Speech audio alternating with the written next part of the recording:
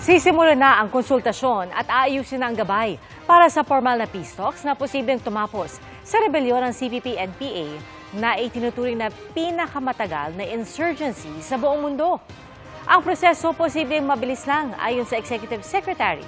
At yan ang salimpuas ng tinutukan ni Chino Gaston at Ian Cruz. After this joint statement, we can finally end up with the final peace agreement. We are open to having the work of both sides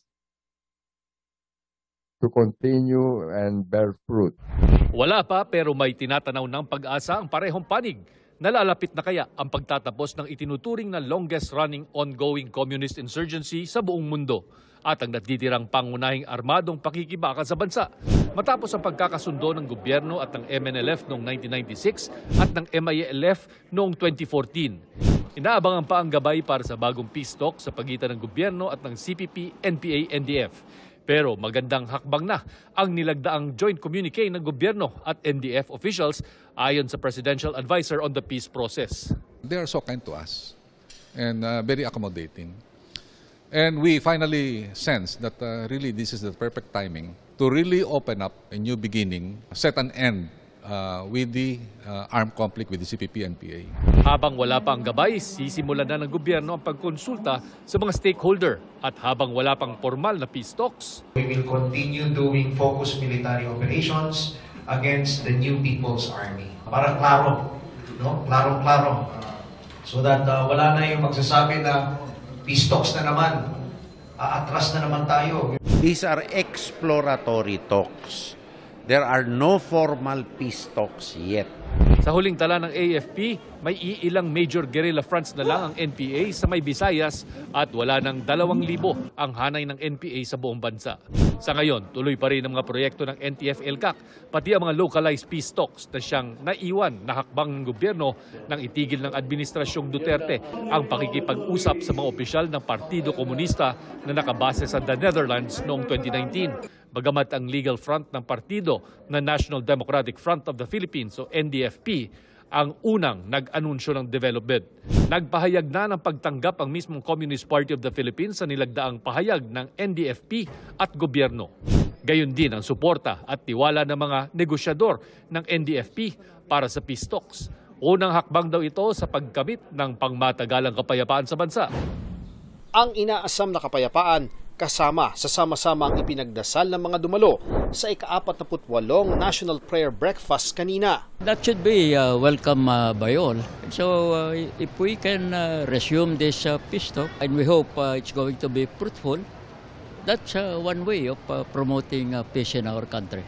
Ayon naman kay dating Chief Justice at ngayon Executive Secretary Lucas Bersamin, higit pa raw ito sa peace talks. This is a process that will probably bring more effective peace because this was the communique was a mutually agreed upon communication to the people of the Philippines and to the world that both parties now want to end the hostilities.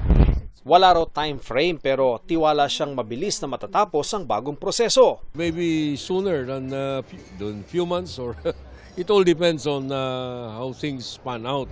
Kabilang sa hiling ng CPP, NPA, NDF ang pagbawi sa terrorist designation sa kanila.